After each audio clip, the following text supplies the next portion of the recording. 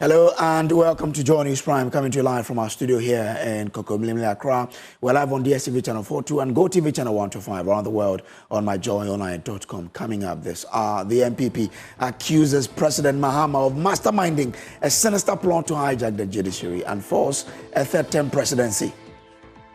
Sinister motive by Mr. Mahama to pack the judiciary to seek a judicial interpretation of the Constitution which will interpret Article 62 so that he intends to go a third term. More as the party rejects Justice Gabriel Scott Poorman as the chairman of a 5-member committee to probe the Chief Justice petition. Justice Poorman, having authored a Supreme Court ruling directly connecting to the petition against the Chief Justice, cannot be deemed to be an impartial adjudicator on this matter. Also coming up, there is no basis to demand reversal of suspension of Chief Justice Gertrude Torkornoo. Attorney General Dr. Dominic Ayine bears teeth at GBA over the CGA removal process. We have details as organized labor warns the president to hasten slowly in CGA removal process, describing the suspension of the Chief Justice as troubling. Also, power crisis is on the brink of worsening. The Askar Powership threatens to shut down its plant within 7 days over an outstanding $371 million debt. Details as the energy minister is assured of solving the current frequent outages. Later, we'll bring you Prime Business with Winston Taki. Now, the Chief Executive of Cocoa Board, Dr. Randy Abe, assures of upward adjustment of cocoa producer price within the start of a new cocoa season in August. Later. Now, the New Patriotic Party has launched an attack on President John Mahama, accusing him and the opposition and the governing National Democratic Congress of orchestrating a calculated plan to undermine Ghana's judiciary as part of a larger bid to secure an unconstitutional third term in office. Speaking at a press conference earlier in Accra, ahead of the party and other 4 political parties' demonstration against the Chief Justice's suspension, the party's national organizer, Henry Nana Boakye, alleged that the suspension of Chief Justice Gertrude Torkornoo and nomination of the 7 appeal court judges are not isolated events, rather a deliberate step in what he described as a broader scheme to, quote, park the judiciary, unquote, and manipulate constitutional interpretation in their favor. Therefore, reiterate our call for the immediate reinstatement of the Chief Justice and the withdrawal of his unconstitutional action. The future of our republic, the confidence of our people in the judiciary, and the very soul of our democracy depends on this. Let it be known that the New Patriotic Party will fiercely and relentlessly resist any attempt to hijack our judicial system for any political gain. We urge Ghanaians across all divide to speak out and defend our constitution. We urge everyone to be part of this historic demonstration on Monday, 5th May. We must all be part of this effort. There is this sinister motive by Mr. Mahama to pack the judiciary to seek a judicial interpretation of the Constitution which will interpret Article 62 so that he intends to go a third term. This agenda, inshallah, shall fail. Well, Nana Boakye further criticized the appointment of Justice Gabriel Scott Poorman as chairman of the 5-member committee established by President Mahama to probe the petition against the Chief Justice. According to him, his involvement erodes public interest. The appointment of Justice Poorman as a chair is inappropriate. Justice Poorman, having authored a Supreme Court ruling directly connecting to the petition against the Chief Justice, cannot be deemed to be an impartial adjudicator on this matter. His involvement erodes public interest and represents a conflict of interest. The refusal to recuse himself despite the availability of other qualified justices of the Supreme Court, suggests a deliberate manipulation of the process to secure a determination that is already preconceived. Meanwhile, the minority leader, Fenyo Marking, is urging justices across the country to stand firm against the suspension of the Chief Justice, warning that they could be the next targets in what they deem a politically motivated attack on the judiciary. But I have something to tell our respected judges. Some of them, I am aware, we are aware, that are being promised by the NDC government. Today, it is Tokonu. Tomorrow, it may be them. They should listen and listen well.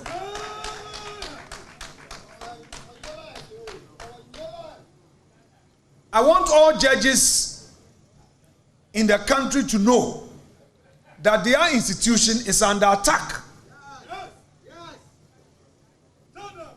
The NDC government is approaching you, the judges, telling you that, oh, Tokonu does not have a good interpersonal relationship.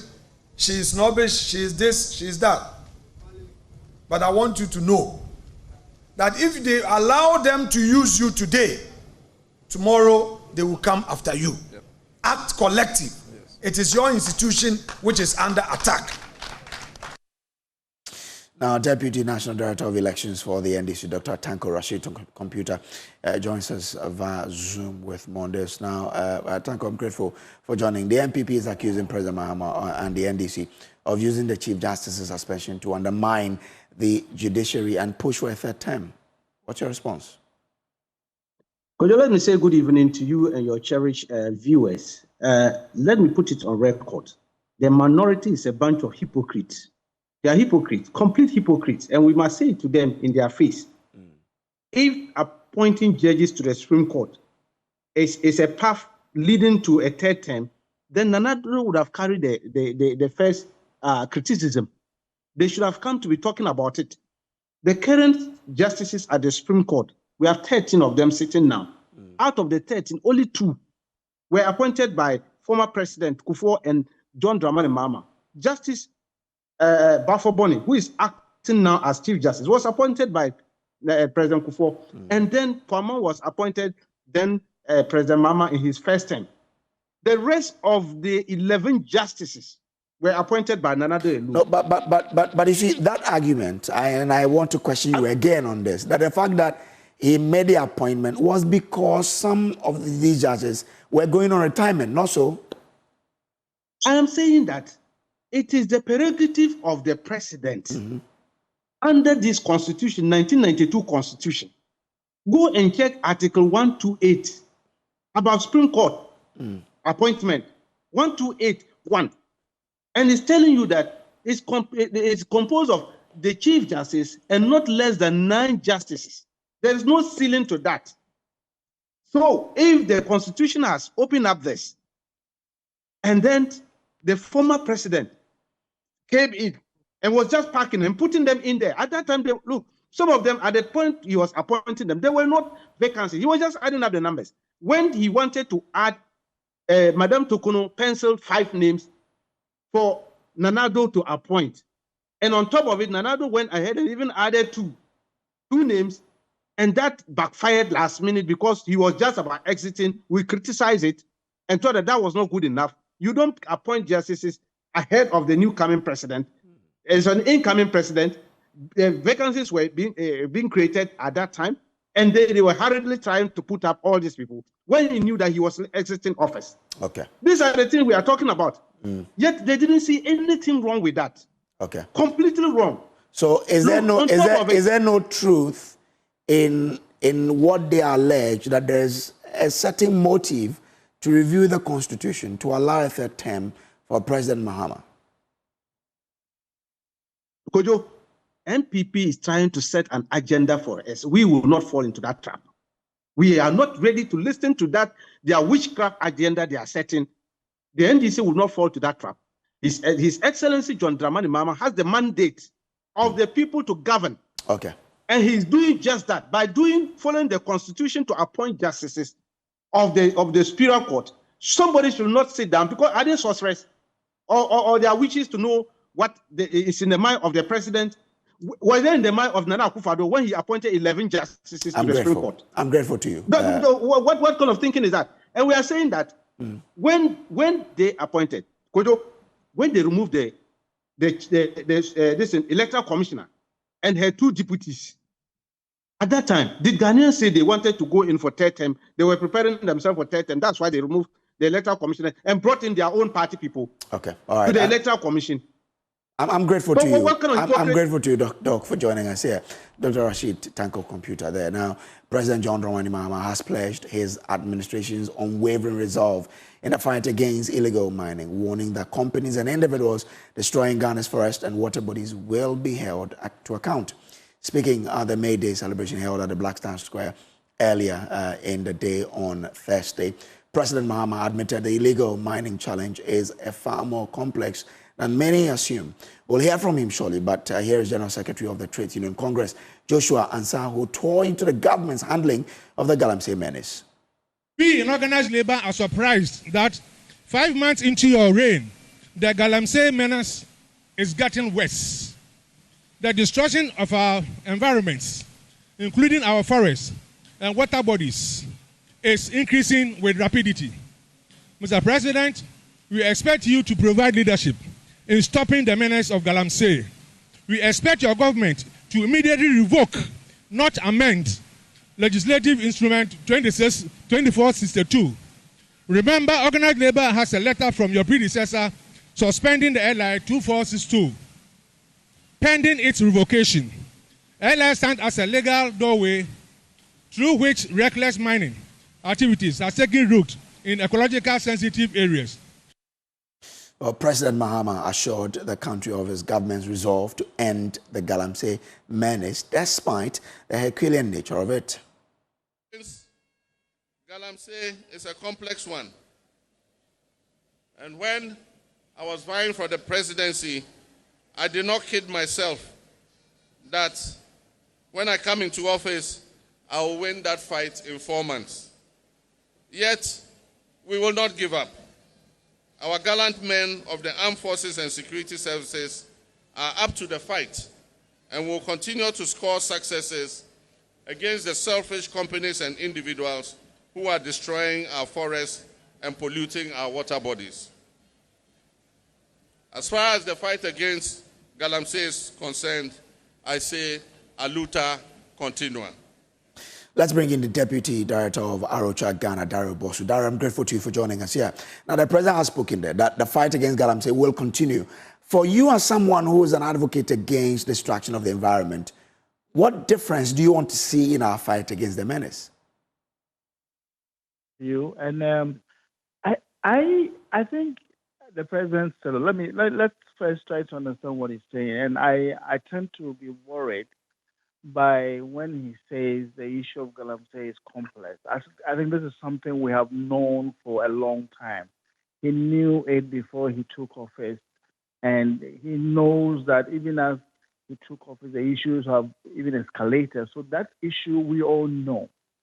I think what he also failed to say in his statement was the fact that the solutions are there. It's not that it's a complex situation. We can't find the solutions.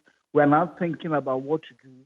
We all know what the solutions are. And that's what we are saying. And we're also expecting that whilst recognizing the complexity of the situation, the government needs to be up and doing when it comes to retweaking the mining and mineral governance system we have in this country. As you know now, we have the small-scale mining, we have the large-scale mining.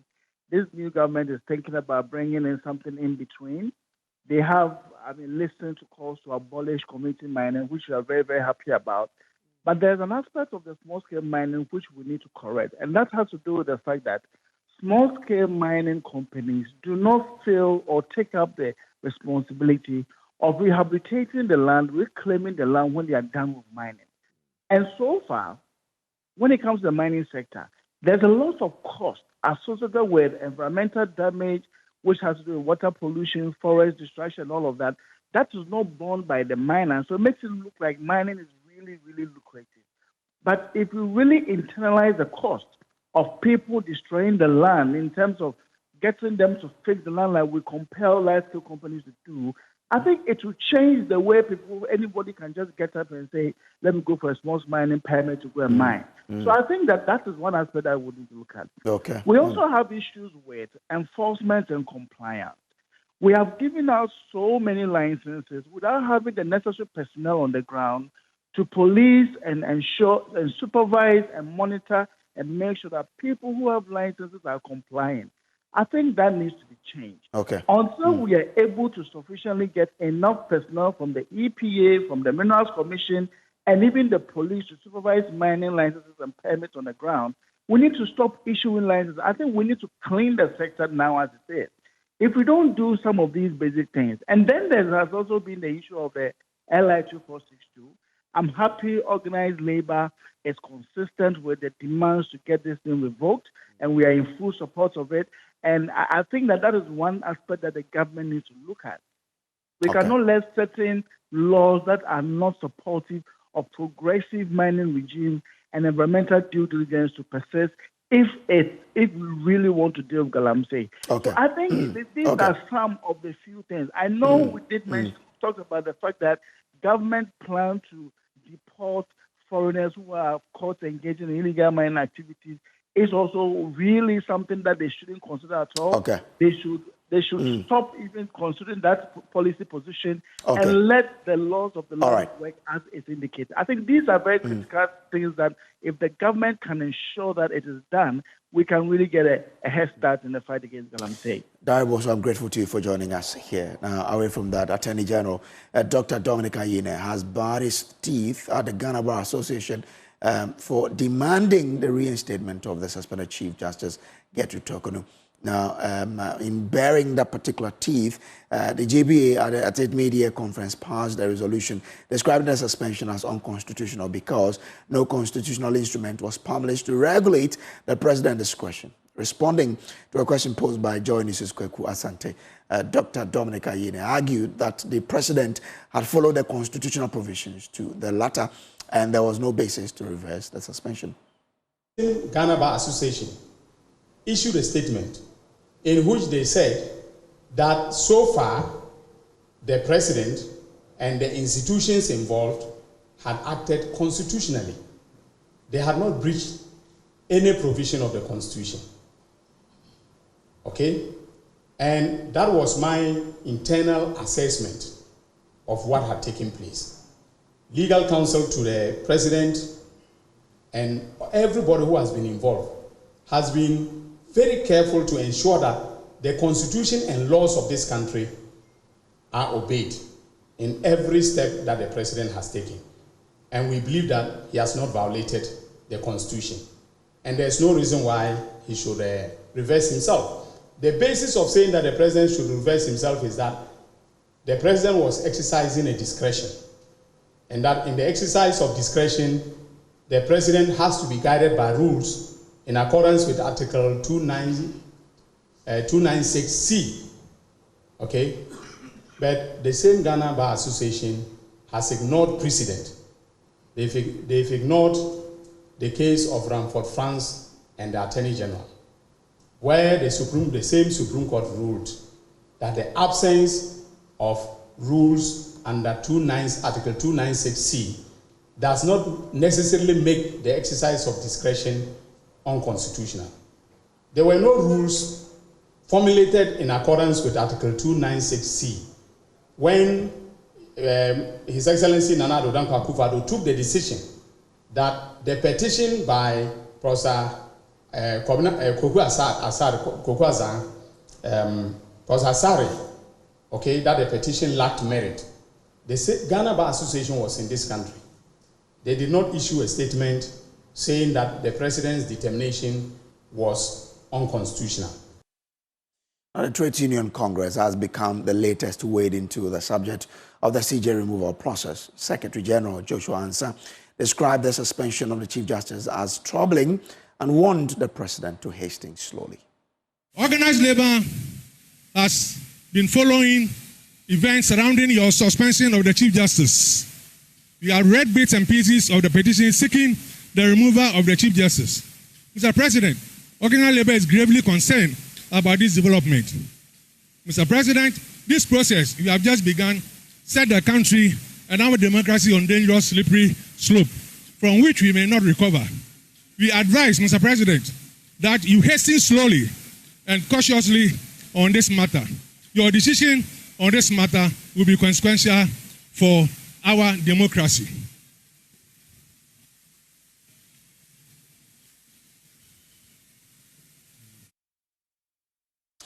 Now, Ghana's power crisis is on the verge of deepening as Car Powership, one of the country's key gas suppliers, has issued a 7-day ultimatum to shut down operations over an outstanding debt of $371 million.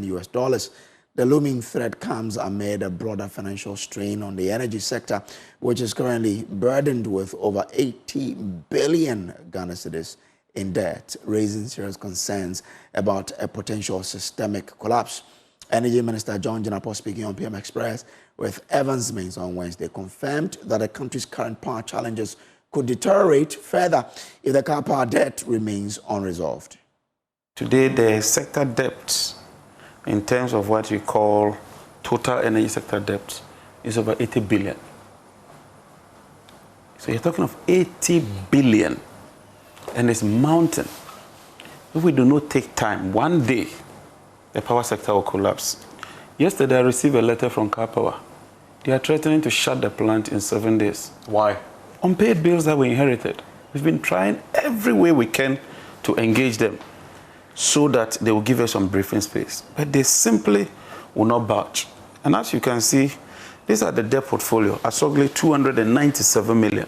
That's what you're Senate, 220 million. Yes. Send Power, 423 million. Car Power, 371 million. If you add all of them, 1.7 billion US dollars. That's what we've inherited. And how much of this have you paid since you took it? So far, we've paid NGAS some money. I think we've given them about 30 million. We are meeting Car Power on the 2nd with the finance minister to see if we can get some money for them. We've paid WAPCO some money because when we came, they had blocked part of the pipeline. They've opened it.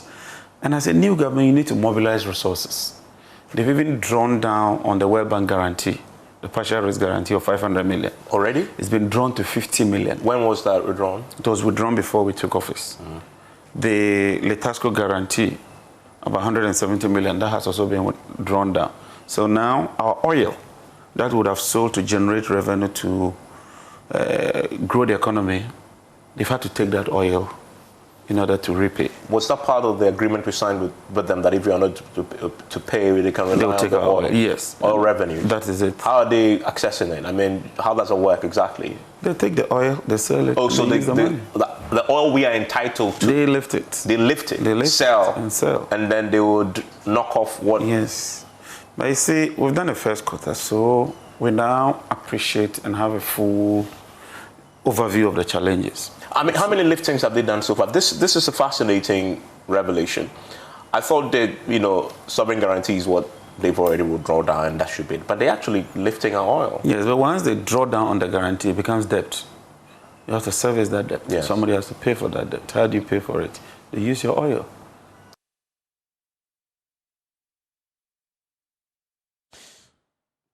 Well, John Jinapor has rejected claims that the government is selling the Electricity Company of Ghana.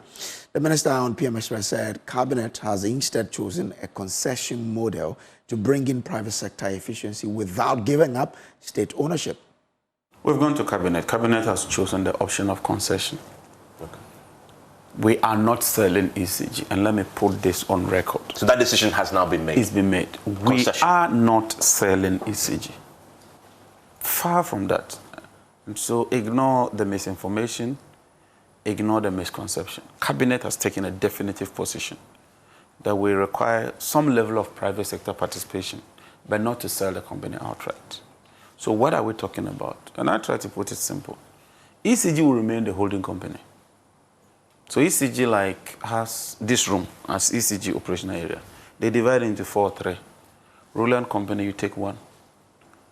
Yours is to manage that sector or that geographical area. At the end of the month, we check how much power came to you. Just hypothetically, maybe 20 megawatts. And so we check the gigawatt hours that you consumed. And we say that this is the price. Pay us. You pay ECG. How you collect the money is your cup of tea. So you have to pay ECG upfront? No, you put a deposit or a guarantee. Okay. So you put a guarantee because before you can qualify, we're going to have what you call RFQ, which is request for qualification. So that we sieve off some companies and have top-notch companies through a competitive process. Then you go to what you call an RFP, request for proposal. Then based on those proposals and based on the criteria, we eventually select the concessionaires. So that concessionaire or that company must have capacity, which includes financial capacity, technical capacity, and all the issues we are talking of. And so it's not like go and get some friends to come and take a contract. We're taking a transaction advisor. Competitive bidding, competitive process. So they will get a very good company. So simply put, what we are going to do is to buy ball power from ECG and sell. So ECG is guaranteed their money? Yes. And then it is you, this private player, it's your job to go and sell what you pay ECG. That is your job. ECG needn't bother about... No, about how you collect the money. ECG's concern should be that I give you X amount of power.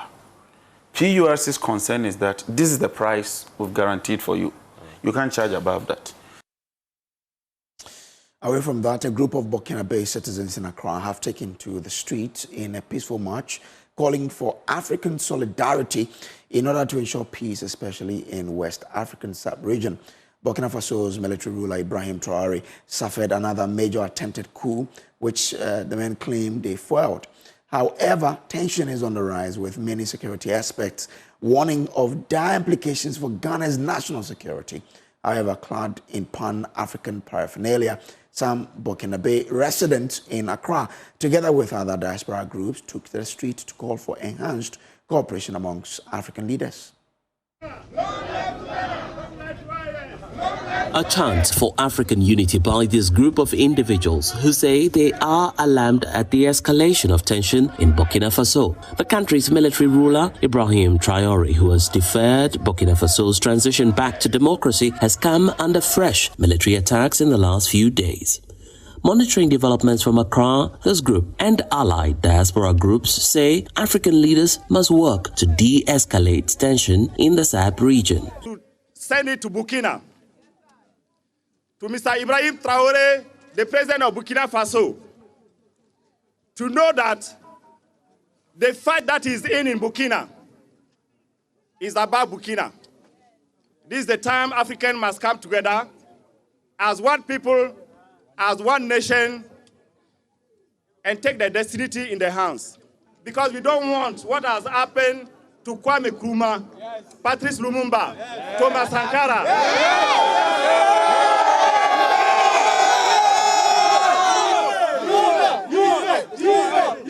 We don't want that it should happen again to Ibrahim Traoré. We don't want it to happen to any leader in Africa fighting for the goodness of Africa. Meanwhile, the Burkinabe ambassador to Ghana, David Cabra, is giving assurances of relaying the concerns of this group to Ouagadougou. Chaque voix est aujourd'hui compte, chaque drapeau levé, chaque slogan crié, chaque main levée. All the messages delivered here today will be faithfully transmitted to His Excellency Captain Ibrahim Traoré. On this symbolic day, we affirm loud and clear that the Burkinabe people are standing. Il sera informé de cette marche à Accra, de l'implication de chaque institution, de chaque association, de chaque citoyen. Protesters remain hopeful that their gesture of solidarity will spur on unity amongst African leaders.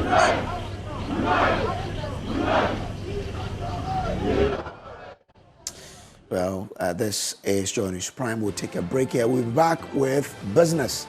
Do stay.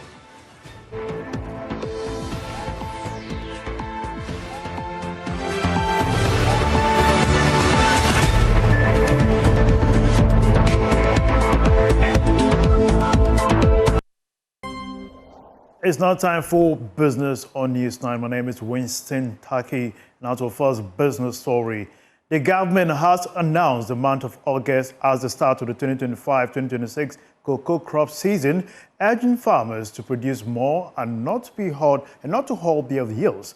Speaking to cocoa farmers in the Brong-Ahafo region, the Chief Executive of Ghana Cocoa Board, Dr. Ransford Abbey, assured the farmers of an upward adjustment of cocoa producer price that will be above the price in the neighboring country with the start of the new crop season. Precious Simavo has more. The Chief Executive Officer of the Ghana Cocoa Board, Dr. Ransford Abbey's working visit to the cocoa growing districts of the Brong-Ahafo region offered him first-hand concerns of cocoa farmers, staff and some traditional leaders. At separate debates at Katoa Ninetu, near Brekum and Timponso at Duankwanta, the farmers raised challenges impacting the sector that require government intervention. Joseph Kwame Omwako has been a cocoa farmer at Duankwanta for over 5 decades. The insecticides they are bringing, it should be time-bound, because at times when it will come, the thing has already spoiled. Most of our roads are not motorable. How to get to the place and come back is a problem. So government should assist us at that place. For the irrigation, we can dig this borehole so that we send it to the farms. I think that will help us. Over 7,000 women cocoa farmers in the region produced 4,355 metric tons of cocoa last year, mostly with older women. Paulina Tichiajiman believes a strategic initiative by the government will entice young women into cocoa farming. This time, the youth don't want to go to farm at all. When you see only the elderly women have involved themselves in the cocoa farming. So I'm saying that the government should support us with inputs and then money. At least when we can get some petty loans to support what we are doing. Chief Executive Dr. Ransford Abbey appealed to the farmers to exercise patience as steps are taken to reset the sector to address concerns such as roads and healthcare. He revealed the new cocoa season date and planned producer price.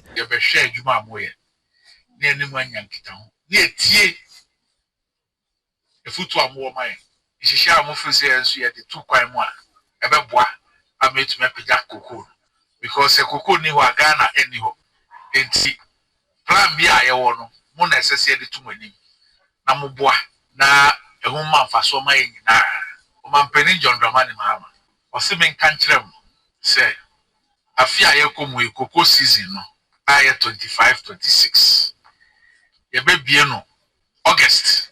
It's only also be able to cocoa. Yeah, season no August. Yeah, the new price ever back for August. Now price now ever back August ever be no so no. Ever do so see Abidjan for. Precious Semevo, Joy News, Duankwanta. Now, away from that, the former chairman of Parliament Finance Committee, Patrick Boama, is calling on the government to prioritize discussion with the United States over the future of the African Growth and Opportunity Act, a key trade pact set to expire in September 2025. The agreement, which has provided tariff relief for Ghanaian exporters for years, faces uncertainty as indications grow that the U.S. may not renew it. Speaking to Joy Business in Washington, D.C., Mr. Boama warned that failure to secure an extension could have dire consequences for Ghanaian exporters. There are companies who purposefully set up to benefit under AGOA. Madam Salma's company, Unity, they are into garment and textiles and what have you. At the UTC, some are the free zones enclave. If we don't push for an extension, it will lead to a lot of job losses and revenue shortfalls for government. So I believe that one, we must push for an extension of the AGOA and to be able to capitalize on its benefits. Secondly, with the tariff wars going on, you need to also encourage the local business community to increase their export potential by giving them the right or the needed incentive. You see, we cannot sit and be spoon-fed for a long time. we need to wean ourselves. Explore new market here. Some of these policies, because if the U.S. is giving you an opportunity under the African Growth and Opportunities Act, which has been in place for more than close to 20 years.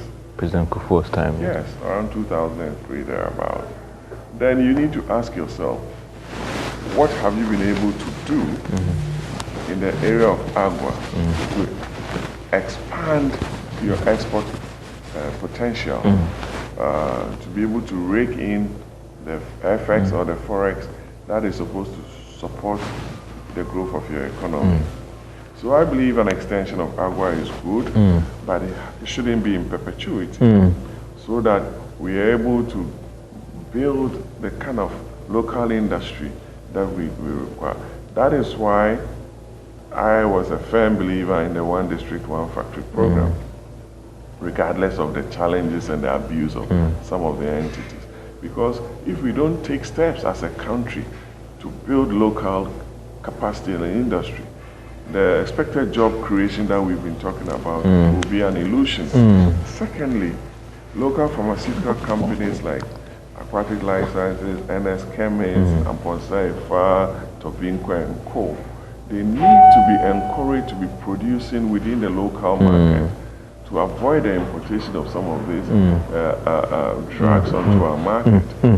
So there are strategic areas that government ought to look at in terms of textile export, in terms of pharmaceutical, in terms of import substitution, agro-based industry. I'm happy government is talking about agribusiness, but if you look at the budget lines for the Ministry of Trade and Ministry of Agriculture, you ask yourself, they're insufficient. They're very insufficient if you want to make a projection into hitting the big market with some of the targeted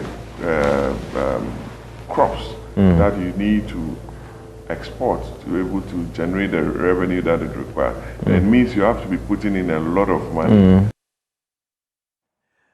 That's all for business. Up next is Sports with Razak Musbah.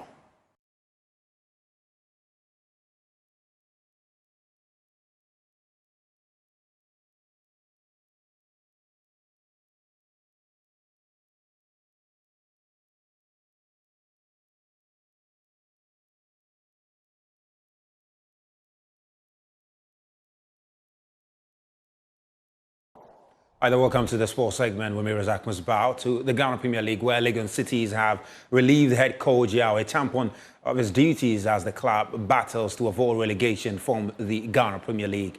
Champon was appointed in January to replace Sparkus Ifeben, but has failed to inspire a turnaround with a string of disappointing results, compounding the club's struggles. His latest setback, a narrow 1-0 loss to fellow stragglers Baseke Holy Stars, did seal his fate. The club, which had hoped his experience will inject life into the side, now sits 17th on the table with just 25 points, 5 matches to go, and an uphill task to avoid the drop. Champon's appointment had been met with cautious optimism despite his earlier dismissal from Mediana Stars earlier this season. However, the gamble has not paid off, and in a swift response, Legon Cities have turned to Tijani Abdul Rahim, a former assistant to Max Okonedu, and ex-head coach of the Division 1 side, Young Apostles. Yanabi Tax were keeping the Royals in the top flight. Now, the Ghana Para Athletics Association President Foster Quatten, on behalf of the para sports community and the nation, presented international medals to the president of the National Paralympic Committee, Mr. Samsudeen Gilbert Ampia, and Zinabu Issa put Ghana on the map of the world stage, bringing home 3 medals from the prestigious Crown Prince Moulay El Hassan International Para-Athletics meeting in Morocco. 16-year-old rising star Gilbert secured his first international medal with an impressive jump of 1.73 meters in the men's T44 high jump. We are doing this as part of the proper way of creating the awareness of parasports in the country. We pray that the next athletics team, the next team that will be participating in a championship in Poland will do well from the Ghana Tennis Association.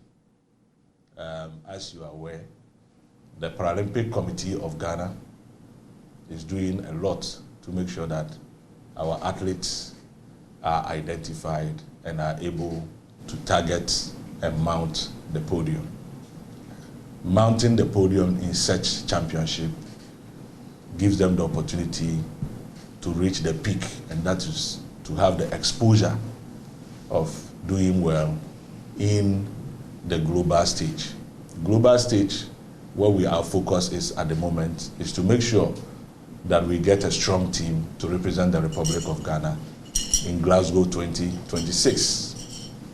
I want to use this opportunity to announce to Ghanaians that this year, the National Paralympic Committee, with its 22 associations, shall organize the first ever Parasports Festival, which will be a platform that we shall work together with the media, stakeholders, to make sure that Ghana, for the first time, will organize such an event to give opportunity to the unknown.